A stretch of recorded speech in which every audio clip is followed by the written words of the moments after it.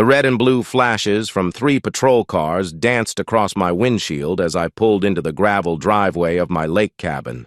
The pit in my stomach grew heavier with every second. My pickup truck was surrounded by uniformed officers, their flashlights sweeping over the now empty truck bed. Just 2 hours earlier, it had been packed to the brim with groceries, camping gear, and construction supplies worth more than $2,000, and right beside them, arms folded across her chest like a self-appointed queen, stood Patricia Greenwood, the infamous HOA president from across the road. She wore her signature power suit like it was a badge of authority, even on a warm Saturday afternoon. Her hair was perfectly styled, not a strand daring to move in the lakeside breeze. "There he is. Officers," she announced in that grating nasal voice of hers, pointing directly at me like I was public enemy number 1. "That's the man who's been stealing from our community. I caught him red-handed with stolen goods. I've already secured the evidence." One of the officers, a tall man with sergeant stripes stitched on his sleeve, gave me a puzzled look. "Sir, are you the owner of this property?" "Yes, officer," I said evenly, forcing my voice to stay calm even though I could feel my pulse pounding in my ears. "This is my cabin. I inherited it from my uncle 6 months ago. And that truck is mine too, registered in my name. I bought all those supplies this morning from Costco and Home Depot. I've still got every receipt." Patricia's face flushed a blotchy purple. "He's lying," she barked. "This property belongs to the Maple Grove HOA. I've been president for 8 years. I know every inch of this neighborhood. He's been squatting here, hoarding supplies, probably running some kind of illegal operation." The truth was, this mess had been building up for weeks. 3 weeks earlier, I'd started making weekend trips to restore Uncle Frank's old cabin. The place sat on 2 acres of quiet lakefront, outside the official boundary of the Maple Grove subdivision. The very first time I drove past Patricia's house with a truck full of lumber and tools, she practically sprinted down her front steps in her high heels. "Excuse me," she'd called, waving her arms as she jogged toward my window. "Where exactly do you think you're going with all that?" Trying to be polite, I stopped and rolled my window down. "Just heading up to my cabin. I'm fixing it up on weekends." Her eyes narrowed like she'd just smelled something rotten. "What cabin?" "There are no approved structures beyond this point. Everything past Elm Street is under HOA jurisdiction, and I certainly haven't approved any construction." That was the day I learned Patricia Greenwood lived in a fantasy world where her HOA powers stretched as far as her ego allowed. I'd shown her my property deed, and even a certified surveyor's map clearly marking the HOA boundary a quarter mile before my cabin. But she'd waved it off like I was showing her a fake ID? "Maps can be forged," she'd scoffed. "I'll be keeping an eye on you," and she did. Every Friday evening, like clockwork, Patricia would be standing at the edge of her property with a pair of binoculars in one hand and a clipboard in the other. She photographed my truck, scribbled notes like some kind of suburban detective, and hollered invasive questions about my supplies. "Awful lot of canned goods for one person," she yelled one night as I carried boxes of water and non-perishables inside. "What's the plan? Bunker down for the apocalypse? Or maybe running an illegal Airbnb?" I tried ignoring her, but she didn't know the meaning of the word. She left fake violation notices on my windshield, called the county inspector to complain about unpermitted construction, only to be told the cabin was outside her jurisdiction. She even tried rallying her neighbors to form a watch group to monitor my property like I was some kind of outlaw. Things really boiled over the Friday before all this. I'd made my biggest supply run yet. Winter was coming, and I wanted the cabin stocked and ready. The truck bed was loaded with a generator, propane tanks, canned goods, blankets, tools, and a brand new chainsaw, more than $2,000 worth of gear. Patricia, as usual, stood sentry. But this time she walked straight into the road and threw up a hand, forcing me to stop. "This is getting ridiculous," she said, peering into my truck bed with naked greed. "No legitimate cabin owner needs this much stuff. You're either hoarding, dealing drugs, or up to something illegal. I'm giving you one last warning before I take official action." I sighed. "Official action for what? Buying groceries? Maintaining my own property? Patricia, you have no authority here. The HOA boundary ends at Elm Street. My cabin is half a mile past that." She gave a cold, triumphant smile. "We'll see about that."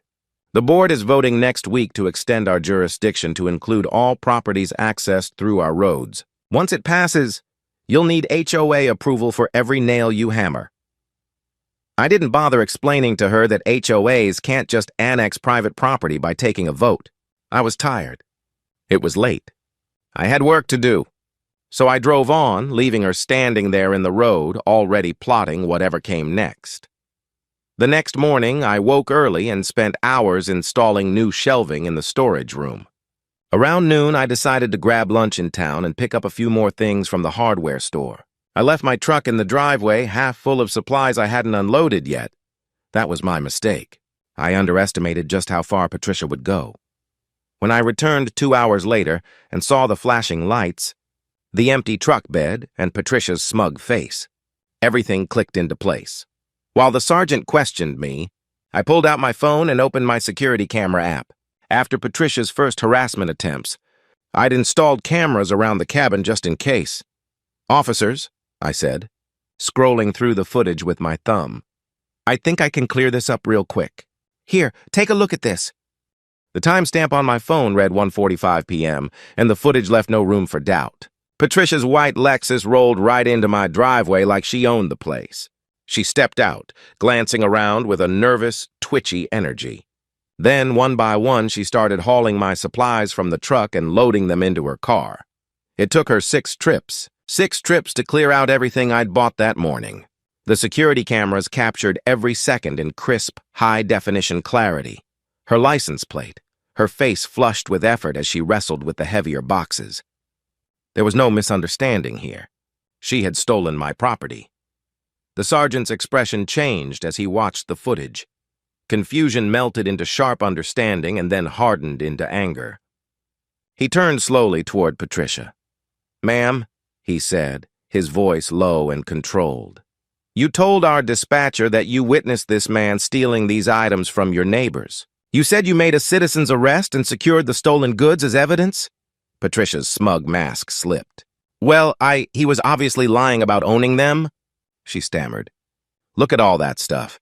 Normal people don't buy in bulk like that unless they're doing something illegal." The sergeant's jaw tightened. "So you took it upon yourself to remove items from his truck on his property and claim them as evidence of a crime you invented?" His voice was so quiet it was more dangerous than a shout. "I was protecting the community," Patricia snapped, her voice rising to a shrill pitch. "He's been flaunting HOA regulations for weeks, hauling suspicious cargo, refusing to submit property plans, ignoring my notices." "Ma'am," another officer cut in firmly, "we've already confirmed this property isn't part of your HOA. County records are crystal clear. You had no right to touch anything on this land, let alone take property from his vehicle." I pulled up the receipts on my phone and handed them to the sergeant. 2037 Costco and Home Depot, bought this morning. Timestamps match. He gave a curt nod before turning to his team. "Jenkins, Rodriguez, escort Miss Greenwood to her residence and retrieve the stolen property. Ma'am, you're going to return every single thing you took." Patricia's face went from red to pale to blotchy pink in seconds. "Stolen? I didn't steal anything. I was securing evidence. I'm the HOA president. I have authority." "Not here, you don't." The sergeant cut her off sharply. "What you have is a very real problem. Taking someone else's property is theft. Making a false 911 report is a crime. You're looking at potential charges for both." The next hour was pure satisfaction. I followed the police convoy to Patricia's immaculate house, where my supplies were stacked inside her garage like they belonged to her.